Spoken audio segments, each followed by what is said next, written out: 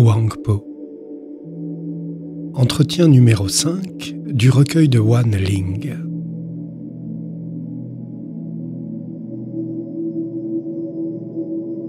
Maître, est-ce que le Bouddha sauve les êtres vivants? En réalité, il n'y a pas d'être vivant que le Bouddha puisse sauver. Il ne peut trouver de moi. Comment trouverait-il un non-moi? On ne peut rien trouver de tel que le Bouddha et les êtres vivants. Mais le Bouddha apparaît avec 32 marques majeures, maître, et sauve les êtres vivants.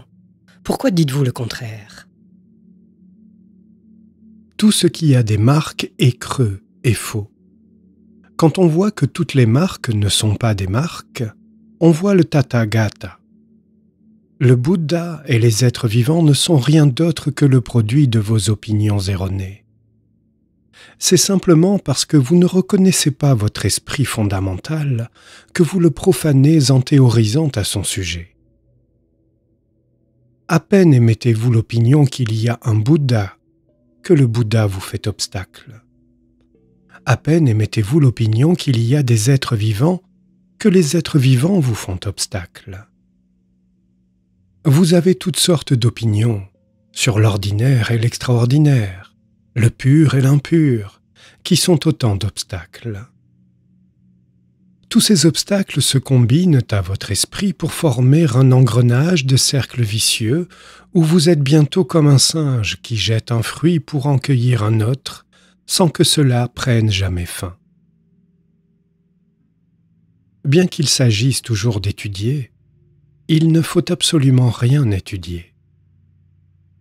Il n'y a pas d'ordinaire ni d'extraordinaire, pas de pur ni d'impur, pas de grand ni de petit, pas d'écoulement ni d'élaboration. Dans un tel état d'esprit les expédients s'appliquent à l'ornementation. Vous, qui étudiez les 3 véhicules et la dodécuple doctrine, renoncez en bloc à toutes vos explications théoriques. Ainsi, quand tout a été chassé, on se garde un lit où l'on se couche comme un malade. Il faut commencer par ne plus avoir d'opinion, ni de but à atteindre, ni de blocage d'ordre méthodique, pour se dégager du champ de perception que représente le triple monde, avec ses êtres ordinaires et ses saints, et porter enfin le nom de Bouddha ultramondain. C'est pourquoi il est dit « Je rends hommage à celui qui, comme l'espace, ne s'appuie sur rien et transcende les voies extérieures. » Sans différence dans l'esprit, pas de différence dans la réalité.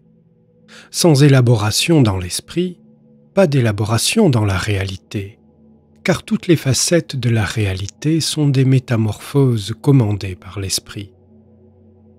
Donc, mon esprit étant vide, tout est vide, et vides sont toutes les catégories. L'espace vide qui s'étend dans toutes les directions partage la substance de l'esprit un. Il n'est guère plus de différence dans la réalité que dans le fond de l'esprit, et c'est uniquement sur les divergences de vos théories que la discrimination se fonde. Lorsque, par exemple, les dieux mangent dans leur précieuse vaisselle, l'aspect formel de ce qu'ils mangent dépend de leurs mérites individuels. Quant au Bouddha de tous les espaces, c'est le fait qu'il n'y ait trouvé la moindre réalité qu'on appelle éveil suprême. Dans l'esprit un, il n'y a vraiment aucune différenciation, aucune lumière chatoyante non plus, pas de victoire ni de soumission. Sans victoire, pas de Bouddha, et sans soumission, pas d'être vivant. Mais maître, si l'esprit n'a pas de caractère propre, comment se pourrait-il qu'à travers les 32 marques majeures, il ne convertisse et sauve en aucun cas les êtres vivants? Les 32 marques majeures relèvent des caractères particuliers, et tout ce qui a des marques est creux et faux. Quant aux 80 marques mineures, elle relève de la forme, mais qui me voit dans la forme emprunte la mauvaise voie et ne peut voir le Tathagata.